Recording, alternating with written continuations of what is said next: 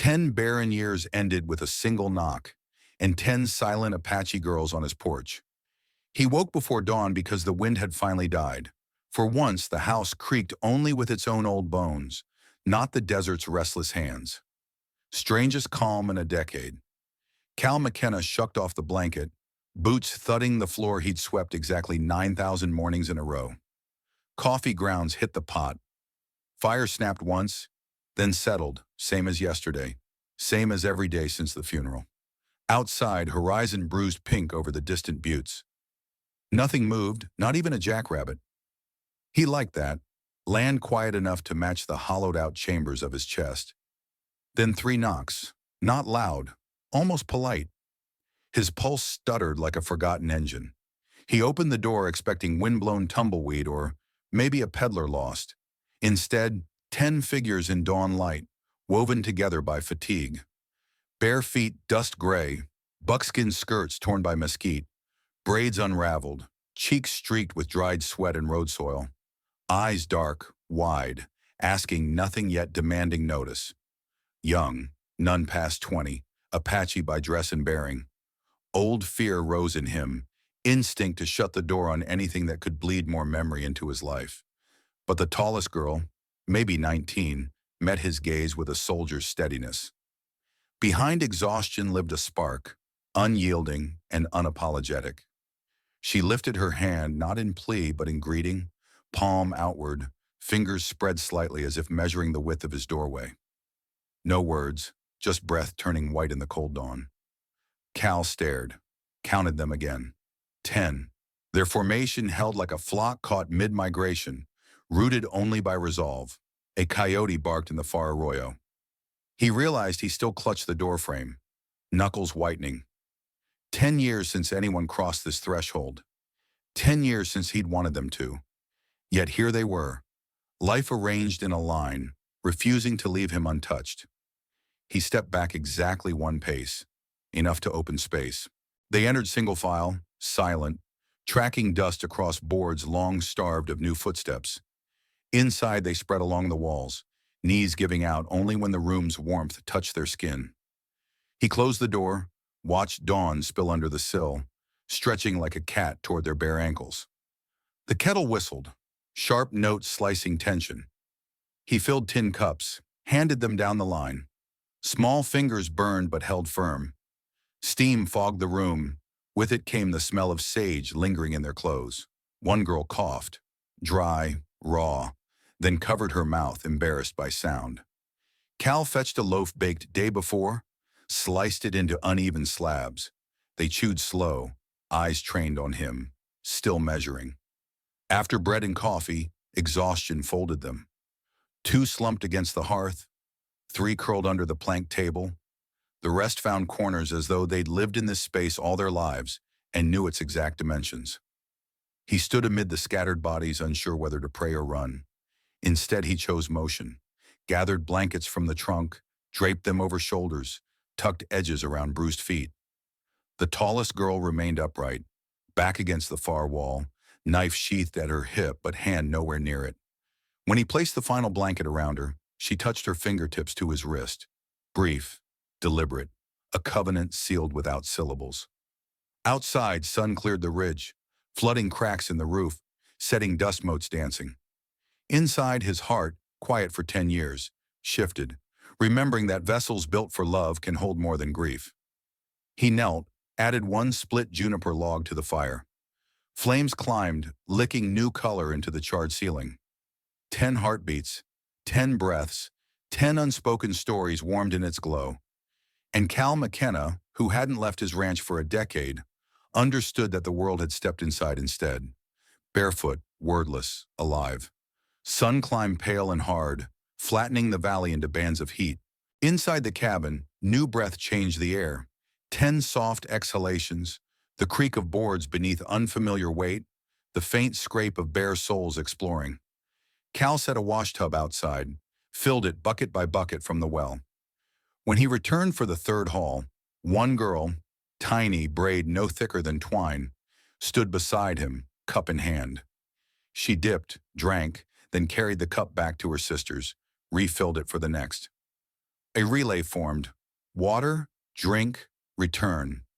No word, no spill.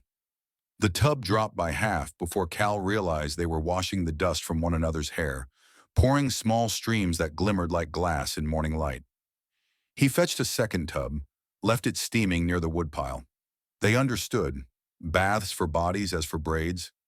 Soon the yard shimmered with droplets, mud kissing their toes, laughter held tight behind closed lips, yet shining in eyes.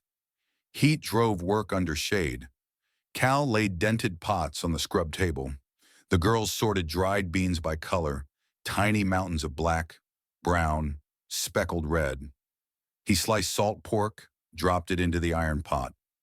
The eldest ran fingers over the blade scars on the cutting board, then retrieved wild onion bulbs from their satchel, offered them for the stew. Unity tasted like brine and sage when steam finally climbed. They sat in a circle on the floor, knees touching plank edges. Cal filled tin bowls, passed them around. The youngest, maybe 15, bowed her head before eating, a silent ritual. Others mirrored her. He followed, lids sliding closed for the first grace he'd said in years. After the meal, they cleaned dishes in two silent lines. Wash, rinse, dry. A rhythm took root, chore as language. At dusk, he walked the fence line, hammer and nails clinking. 4 of the girls trailed him, spacing themselves along each sagging rail, lifting, holding, bracing. When hammer struck, the line held. One girl, tall and solemn, wedged her shoulder under a split post until the nail set.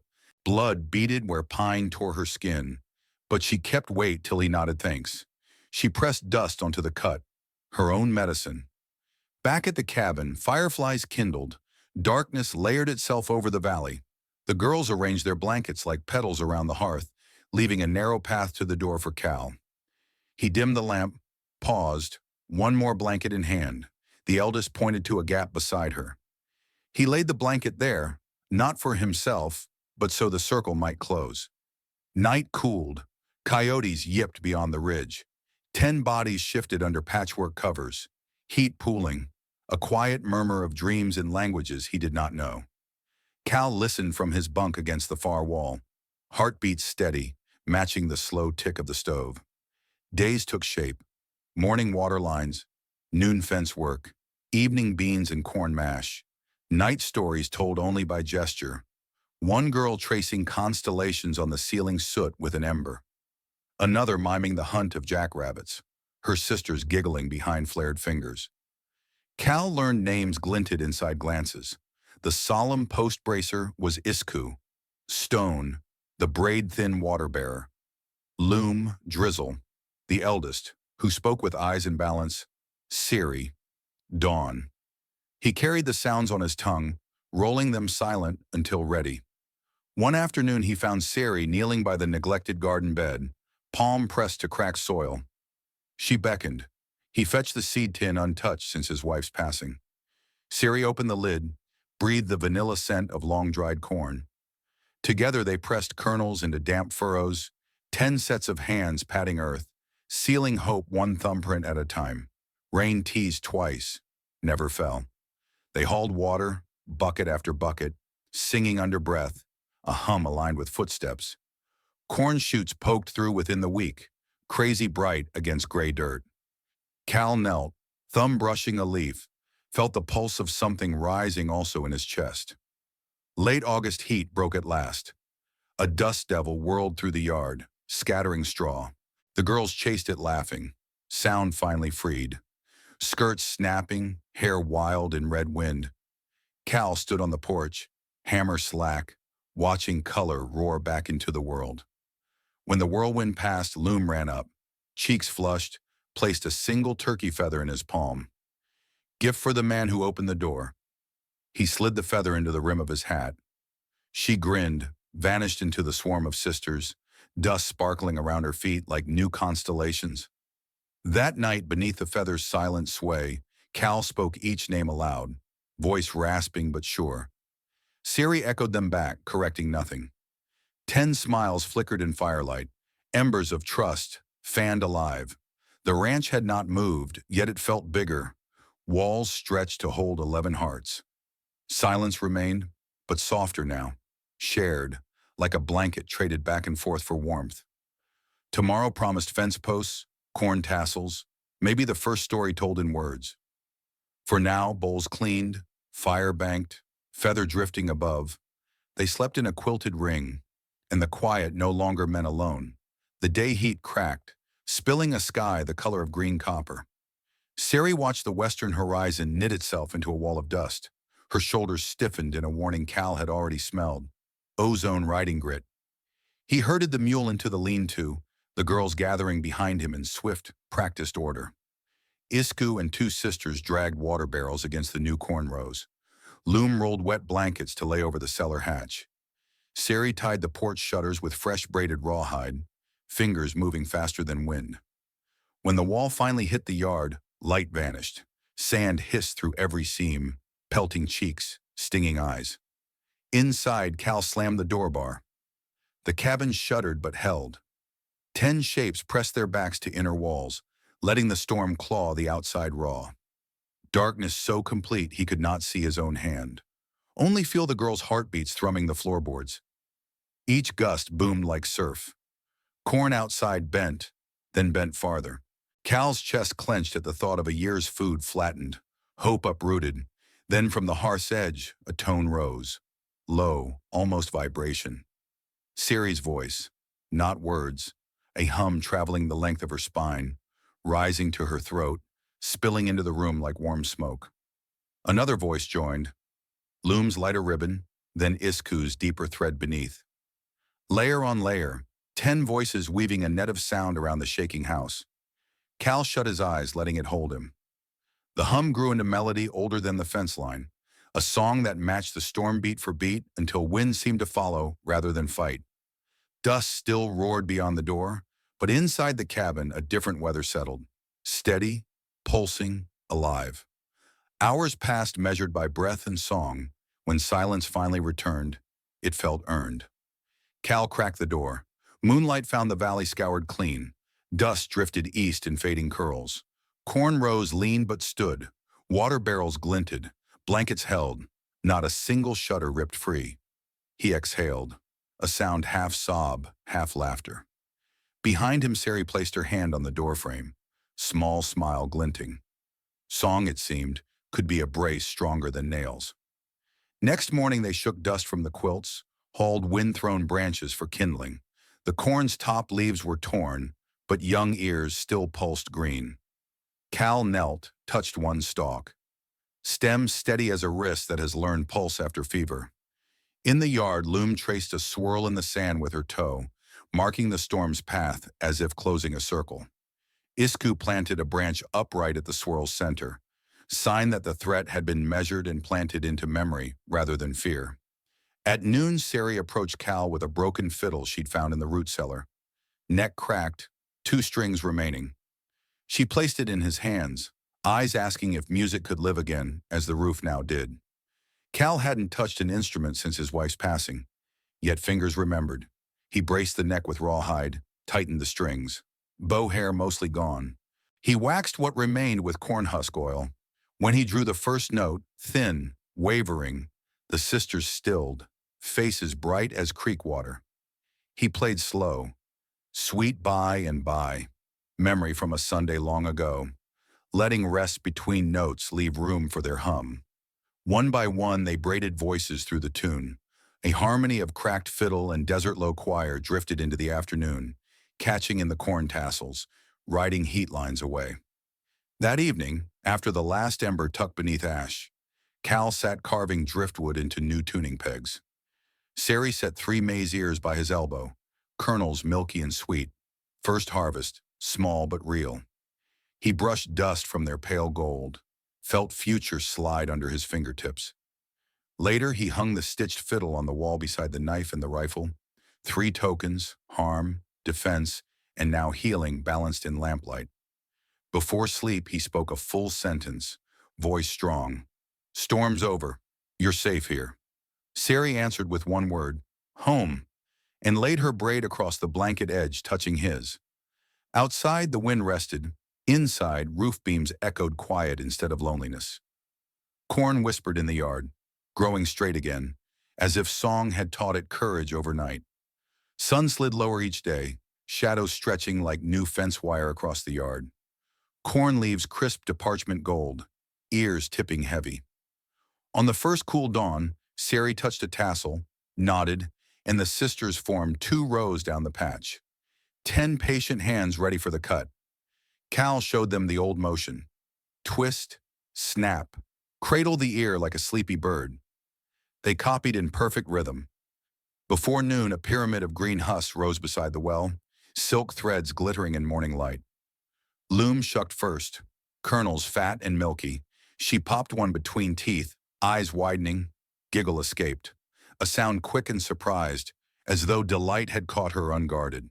The others followed, laughter spilling with each husk peeled. Cal found himself laughing too, rough music shaken free from long-locked ribs. They hauled the harvest into the cabin, spread ears on the table and floorboards. Steam soon rolled from the kettle.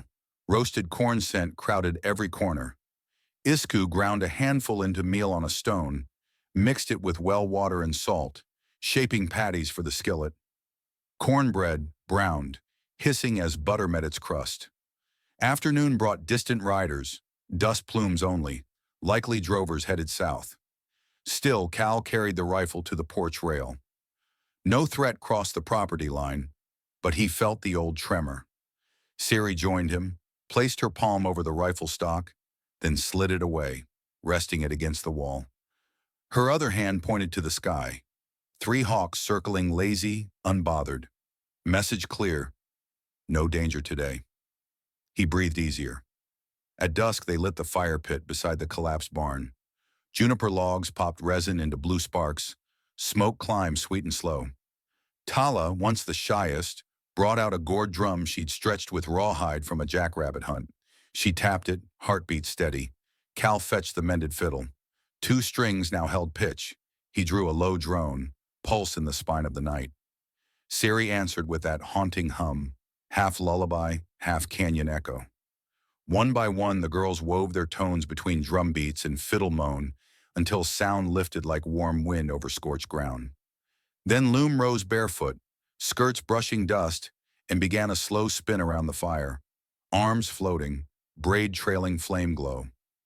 Her sisters joined, forming a moving circle, steps matching the drum. Ash kicked up, swirling with sparks, painting their faces in flicker and shadow.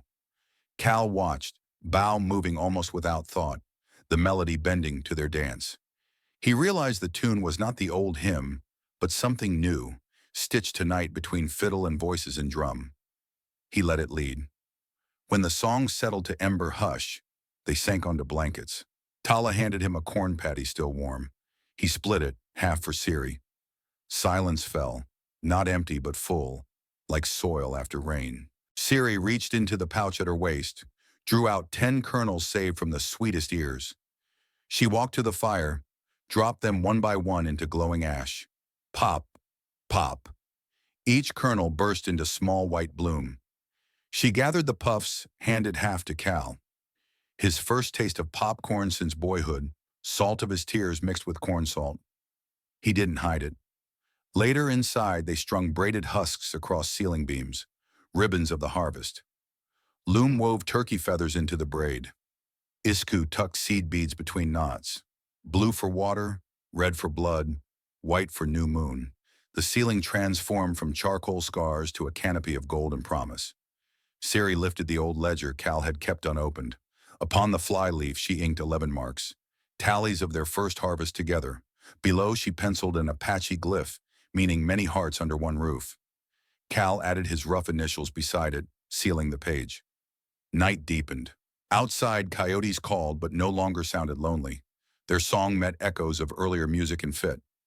Inside, the sisters arranged blankets in a wider ring, leaving space for Cal this time.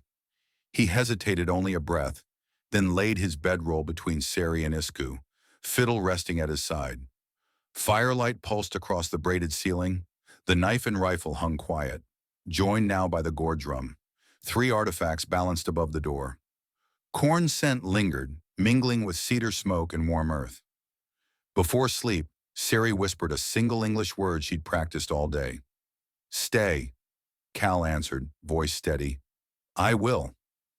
Wind eased through patched shutters, carrying the smell of cut grain and first frost far off. 11 breathing forms synchronized under the same timber shell. Rancher and 10 Apache sisters, bound not by need but by the simple, stubborn will to live forward. Tomorrow would bring hammer, seed, maybe storm again.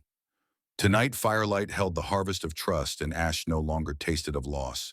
Part 5, Winter and Sunrise.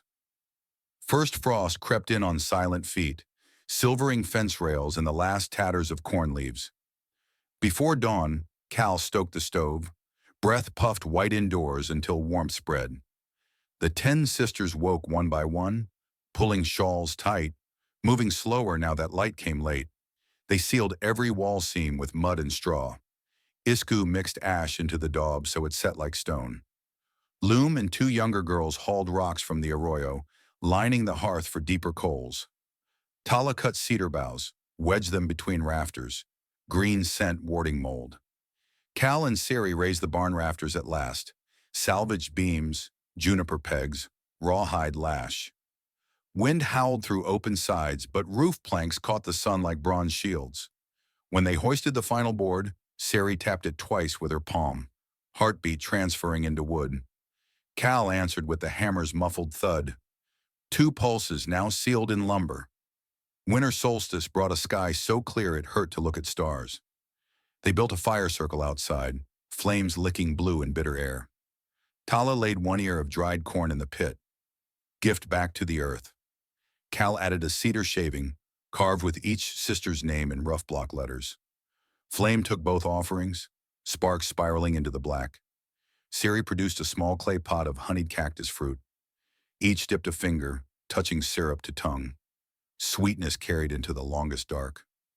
Then they sang, low drone, rising to minor thirds that drifted beyond the ranch, weaving into coyote howls until no voice stood alone. That night they slept in layered quilts, shoulder to shoulder. Snow sifted through cracks they had missed, landing soft as feathers on their blankets. No one stirred. Cold could not breach the net of shared warmth. By late February, sun climbed higher, dripping icicles from eaves. First green pushed through snowmelt mud. Wild onion volunteers, children of last summer's harvest. The mule's breath no longer smoked at noon. Cal found Sari planting new maize kernels in trays near the window, using broken crockery as pots. She smiled up at him.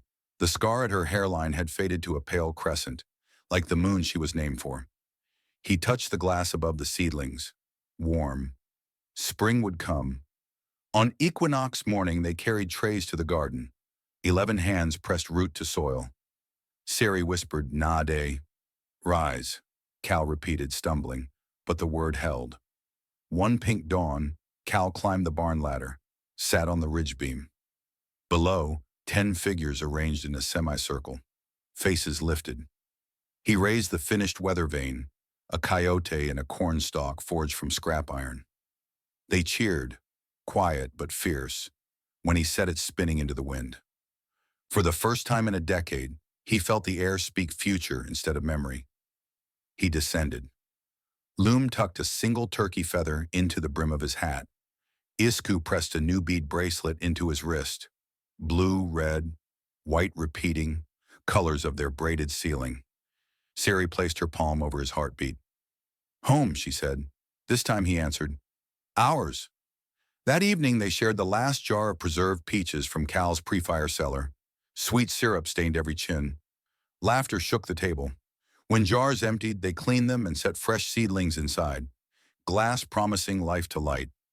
Knife, rifle, drum, and fiddle now shared the doorway lintel, 4 tools balanced. Beneath them hung the cedar shaving, saved from solstice, carved names charred but legible. Below that, the old ledger's page, 11 tallies, had grown to 30. Each season earned its mark. Snow melted into ruts that would soon green. Fire crackled steady, not desperate.